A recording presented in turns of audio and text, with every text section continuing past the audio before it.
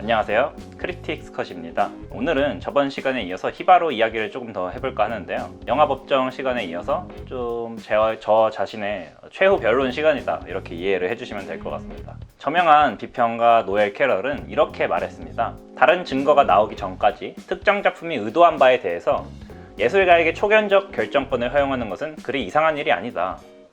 이게 무슨 말이냐, 설득력 있는 증거가 나오기 전까지는 한 예술작품에 대해서 그것에 대해서 예술가가 말한 의도를 그냥 그대로 믿어주면 된다, 이런 뜻이죠. 저는 지금까지 앞서 말씀드린 바와 같이 히바로가 탐미주의에 기반한 작품이다, 그리고 두 등장인물의 유독한 관계를 주제로 한 애니메이션이다, 이런 주장에 대해서 마땅히 따로 반박할 수 있는 증거를 찾지 못했습니다.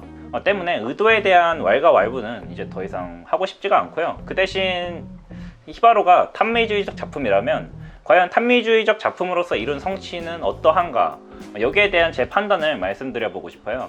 저는 여기서 먼저 히바로에 아주 높은 평가를 주고 있다, 이 말씀을 먼저 드리고 넘어가 보도록 하겠습니다.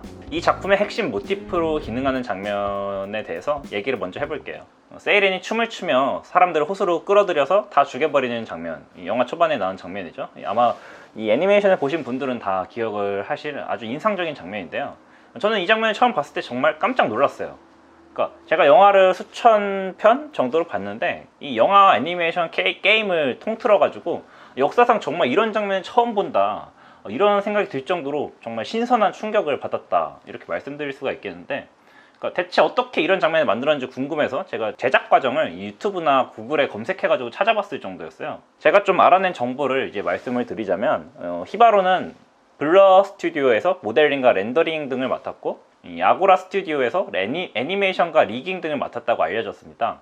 그리고 사용한 소프트웨어 툴을 말씀을 드리면은, 일단 애니메이션용으로는 마야, 시뮬레이션용으로는 후디니, 그리고 렌더링용으로 아놀드 등의 툴이 사용되었다고 하는데요, 문외 아닌 제가 보기에 이러한 툴들이 전체적으로 결합된 느낌은 마치 언리얼 엔진 5를 사용한 트리플 A 게임의 잘 만들어진 컷신 같다, 이런 느낌을 저는 처음에 받았습니다.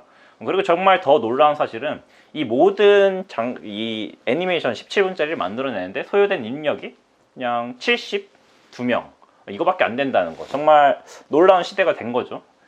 구체적으로 그래서 다시 한번 세이렌의 유혹 장면을 들여다보면은, 이 장면은 모션 캡처로 만든 게 아니에요. 한 인터뷰에서 감독이 직접 언급을 했는데요, 이것에 대한 질문을 상당히 많이 받았나 봐요. 단호하게 얘기를 하더라고요. 영화 전체에서 모션 캡처가 쓰이지 않았다, 처음부터 끝까지 온전한 키프레임 애니메이션이다. 키프레임 애니메이션이라는 건 뭐냐, 쉽게 말씀드리면 전통적인 애니메이션 기법을 말하는 겁니다. 손으로 그렸다는 소리죠. 그러자 이제 다른 사람들이 더 추가적으로 인터넷에서 질문을 던지더라고요. 좋다, 키프레임 애니메이션이라는 건 믿어주겠는데, 그런데 혹시 로토스코프 기법을 사용한 건 아니냐. 제가 이 영상을 보면 알 수 있듯이 배우가 연기한 실사 영상을 기반으로 이 프레임 바이 프레임으로 따라 그리는 기법을 일반적으로 로토스코프 기법이다, 이렇게 얘기를 합니다.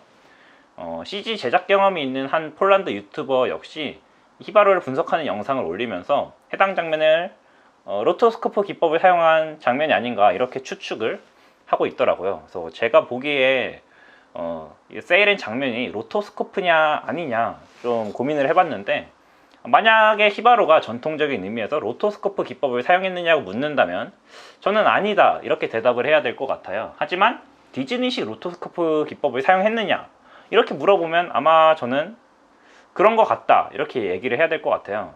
저는 이 부분이 히바로가 이룬 어떤 성취도를 평가하는데 핵심적인 부분이라고 생각하기 때문에 조금 더 말씀을 드리겠습니다. 그래서 디즈니식 로토스코프 기법이 전통적인 로토스코프 기법과 뭐가 다르냐 궁금하실 텐데요, 디즈니식 로토스코프 기법이라는 것은 실사 영상을 레퍼런스로 삼는 기법을 뜻합니다. 실사 영상을 전통적인 로토스코프 기법처럼 그대로 대고 따라 그려서 그것을 최종 제출물로 이제 만드는 것이 아니라 레퍼런스로만 사용한다는 뜻이에요. 피노키오 영상을 다시 보시면은 이 영상의 경우엔 캐릭터 자체가 인간형이 아니라 벌레예요. 최종 결과물이 벌레로 나와야 되기 때문에 이 사람인 배우의 실사 영상을 그대로 따라 그린 그림을 벌레로 변형시키는 과정이 들어가야 돼요. 히바로의 제작 비하인드를 다룬 영상을 보면은 이것과 비슷한 작업 과정이 얼핏 엿보입니다. 다시 말해서 이 디즈니 애니메이션과 히바로는 둘 다 로토스코프 기법을 적극적으로 활용을 하면서도 이것을 매우 애니메이션적으로 변형시키고 발전시킨 형태로 표현해내고 있다는 거죠. 여기서 애니메이션적으로 변형시켰다. 이게 무슨 뜻일까요? 그러니까 모션 캡처 기법과 전통적인 키프레임 애니메이션을 비교한 논문을 보면은요, 이것을 이렇게 표현하고 있습니다. 조금 더 과장되고 재미있게 표현하기 위해서 특정 부분이 극대화되는 왜곡, 그리고 움직임들의 표현이 생략적이고 간소화된 프레임의 동작들, 과장성과 코믹성을 중심으로 캐릭터의 움직임을 표현하는 것 등 이것들이 애니메이션적인 표현이다. 이렇게 얘기를 하고 있는데요. 이는 히바로에 대한 감독의 언급과도 일맥상통하는 점이 있습니다. 감독은 이 애니메이션을 만들면서 포토 리얼리즘적인 분위기는 살리되 자신이 보기에 실사 영상에서 불필요했던 부분을 과감히 생략해서 애니메이션으로 완성했다. 이렇게 얘기를 하고 있는데요. 일반적으로 로토스코프 기법을 사용하는 이유는 예산을 절감하기 위해서입니다. 이 특수 장비를 몸에 착용하고 찍어야 하는 모션 캡처와는 달리 로토스코프 기법은 이 카메라로 찍은 것을 따라 그릴 손만 있으면 되니까 예산을 상당히 아낄 수가 있어요. 그런데 단순히 모션 캡처로 대체해도 충분한 영역을 넘어서서 이것을 오히려 매체적인 애니메이션적인 장점을 극대화하는 기회로 삼는다면 이것은 단순히 예산 절감이라는 장점만을 지니는 것이 아니라 이 형식적인 그리고 미학적인 장점 또한 더불어서 지닐 수 있는 아주 좋은 기회가 되는 건데요. 저는 세이렌 장면을 보면서 이것이 바로 그런 장점을 제대로 보여주는 장면이다. 이렇게 평가를 하고 싶었어요. 그러니까 이 장면을 다시 보시면요. 이건 그야말로 애니메이션이기 때문에 가능한 장면이거든요. 그러니까 실사라면 사람이 이렇게 저렇게 기괴한 각도로 팔다리를 꺾어서 물 위를 고속 회전하는 그런 식의 장면을 만들어낼 수가 없습니다. 그러니까 애니메이션은 실사와는 다르게 과장성 그리고 역동성, 그에 수반하는 이 약간의 코믹성이 매체로서 지닌 고유한 특징이라고 저는 생각을 하는데요. 감독의 전작인 목격자를 예로 들어서 좀 비교를 해볼게요. 목격자가 보신 분들은 한번 생각을 해보세요. 이게 왜 애니메이션이어야 될까요? 저는 이 목격자를 보면서 상당히 심드렁했는데요. 왜냐면 중간에 보다가 이게 이럴 거면 실사로 그냥 바꿔서 찍어도 무방하겠다 이런 생각이 들었기 때문이에요.